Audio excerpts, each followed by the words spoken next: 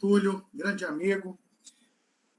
Professor Marcelo, diretor adjunto educacional do Instituto Federal de São Paulo, na cidade de Campinas, aguardou pacientemente durante 2 horas. Nós estamos nesta live para fazer sua exposição. Mas eu confesso que o protocolo, professor Marcelo, de cerimonial, diz que a maior autoridade fica por último, sempre. Desculpe-nos. Muito obrigado. Eric Arthur Blair, mais conhecido pelo pseudônimo George Orwell, escreveu um livro interessante, A Revolução dos Bichos. Ele foi um escritor inglês.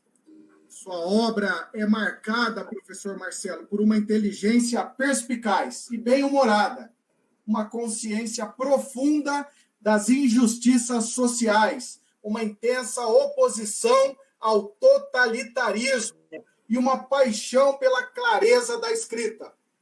Sua hostilidade ao stalinismo e pela experiência do socialismo soviético, um regime que Orwell denunciou em seu romance satírico, que eu acabei de citar, Revolução dos Bichos, se revelou uma característica constante em sua obra. Existe uma frase, professor Marcelo, atribuída a George Orwell, que a história é escrita pelos vencedores. O senhor concorda? Com a palavra. Boa tarde, professor Nélio, membros da mesa, muito obrigado pelo convite, dado aí também pela revista Inovação Social. Foi um prazer imenso poder acompanhar, fiquei aqui assistindo, poderia ficar por mais horas, porque é um assunto bem interessante. Sou do campo da história, tanto na minha graduação, especialização, mestrado, projeto de doutorado, sobre o tema da história militar. Então, ouvir os nobres membros da mesa nessa tarde é bastante enriquecedor, foi um imenso prazer poder acompanhar e ouvi-los. Respondendo à questão do professor Nélio, cito aqui um outro livro do mesmo autor, muito conhecido, chamado 1984, para que a gente possa iniciar essa reflexão, que eu acredito que, dentro da pergunta, uma provocação, mas uma provocação que nos leva à reflexão, que George Orwell, até no livro dele formado em filme, 1984, nas frases emblemáticas do partido, único que controlava a sociedade que ele representa no livro, diz: quem controla o passado, controla o futuro. Quem controla o presente, controla o passado. Veja que isso demonstra a grande importância que a história tem na formação das temáticas que foram aqui abordadas. É no século XIX que a história se constitui enquanto o campo científico do conhecimento, e ela vem no século XIX justamente no momento em que se está formando o Estado Nacional. E, nesse sentido, você precisa forjar dentro dos países europeus e dentro dos estados modernos, dentro dos estados contemporâneos, um sentimento de identidade nacional.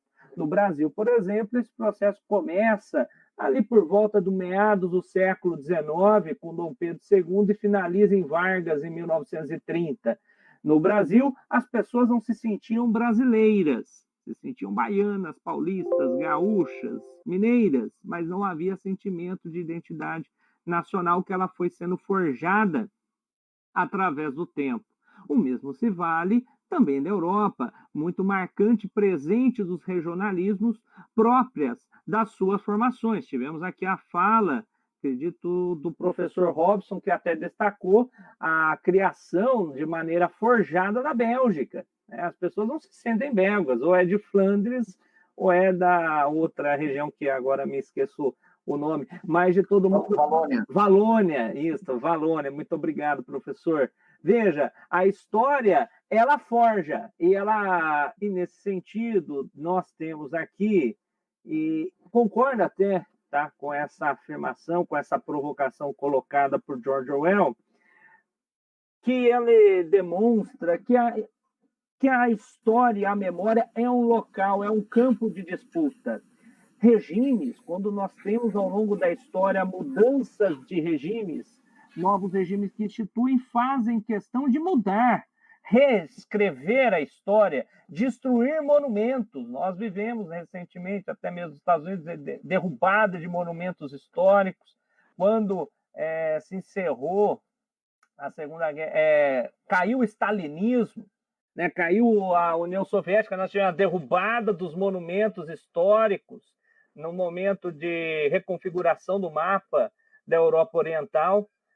Tivemos também processo semelhante com o fim da Segunda Guerra Mundial. Né? Então, veja o quanto que a história é um campo de disputa. E cito aqui um pensador, Koselleck, um historiador que é bastante utilizado recentemente na história, que ele afirma que na história não existe neutralidade, não existe campo neutro na história. Ela é influenciada por aqueles que detêm o poder. Se nós observarmos, até mesmo dentro dos pontos que foram elencados ao longo dessa tarde, os vencedores, eles buscam escrever a história a seu bel prazer. Eles buscam escrever a história no sentido de reafirmar a sua memória, criar a sua memória coletiva. Cito aqui como exemplo o caso da Segunda Guerra Mundial, que na historiografia norte-americana é utilizado o termo The Great War, The Good War, a Boa Guerra. Na história americana, os resultados da Segunda Guerra foram tão marcantes àquela sociedade que fez com que ela substituísse o Império Britânico na geopolítica global, que eles acham que a Segunda Guerra Mundial, na historiografia americana, você vai encontrar em diversos livros produzidos por historiadores norte-americanos, eles chamam de Good War, né? A guerra como sendo a guerra boa. E até mesmo quando eles contam para o Ocidente a sua versão da Segunda Guerra Mundial, talvez muitas pessoas leigas, né, pessoas cidadãos comuns do assunto, acreditam que talvez a grande virada da guerra foi a invasão da Normandia em 1944, e não a Batalha de Stalingrado, que é ali sim a primeira grande derrota do exército alemão. Né? Então, perceba que, evidentemente, do lado do Ocidente, né, nós temos aqui várias filmografias que retratam, né, essa invasão da Normandia. É a forma de você contar a história. Né? Do lado do Ocidente, a história vencedora da Segunda Guerra Mundial é a história norte-americana, que, inclusive, até mesmo nas suas atrocidades, de uma forma muito questionável, né, o uso das bombas atômicas em Hiroshima e Nagasaki, aí tentam se explicar, né, até mesmo alguns historiadores norte-americanos dizem, né, que as bombas atômicas, por mais trágico que foi, salvou, tinha estimativas militares de 1 milhão de soldados que poderiam morrer, a guerra estenderia provavelmente por mais um ano, e em torno de 1 milhão de soldados norte-americanos eram estimados de vidas possivelmente perdidas caso a guerra se estendesse e não fossem utilizadas as bombas nucleares. Né? De todo modo, né, tirando esse embate, né, um pouco mais ético-filosófico, isso demonstra, né, o quanto que aqueles que vencem, aqueles que dominam e aqueles que exercem o poder vê na história um grande mecanismo de reafirmar a sua visão. Você só tem uma visão dominante, você só se torna dominante quando você consegue forjar no tecido social a sua versão sobre o passado. Mas, nesse sentido, né, e evidentemente que daí você forja criando locais de memória, você cria monumentos, você cria museus, você cria vários mecanismos, né, para você reafirmar e forjar a sua versão da história. Para não ficar numa visão um tanto quanto pessimista desse processo, né, e para também não tentar colocar que nós só temos a história dos vencedores, nós temos o papel do historiador. Né? O historiador ele cumpre uma função social que é justamente dar voz àqueles povos que não tiveram condições de contar a sua história. Esse é o grande papel do historiador, de lembrar à sociedade aquilo que a sociedade muitas das vezes, inclusive, quer esquecer, quer colocar na margem do esquecimento. Né? O historiador está aí para exercer essa função de lembrar, de rememorar. E aí, por isso que nós temos as datas comemorativas. Né? Às vezes as pessoas só colocam datas comemorativas como datas no intuito festivo, e ela não é. Né? Comemorar tem um sentido histórico de lembrar junto. Né?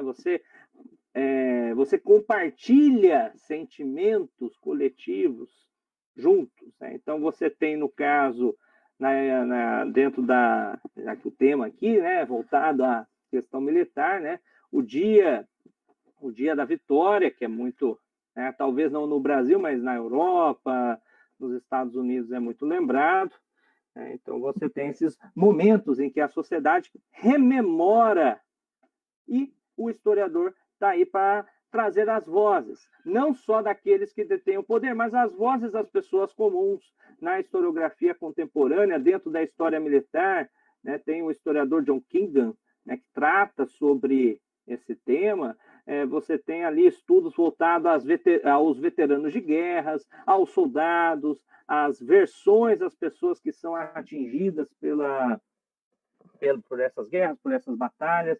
Nós temos ali, até mesmo na formação dos estados, né? Veja, teve uma fala que eu achei bem interessante, que era do caso da Polônia. Veja como é que se dá a construção da memória coletiva, né, de um Estado que foi por diversas vezes, 13 vezes ao longo de sua história, ocupado por povos, por outras potências.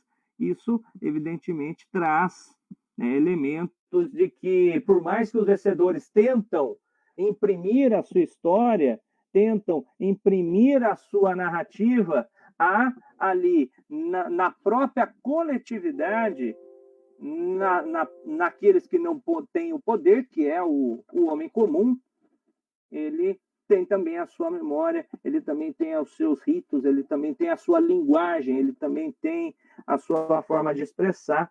E, enquanto houver uma sociedade que possa haver liberdade, troca de ideias, que ainda sigam os princípios iluministas, né, de liberdade de expressão, de pensamento, haverá o historiador para reforçar e realçar, trazer ao debate aquilo que talvez não seja interessante àqueles que possuem o poder. É isso, Nélio. Muito obrigado.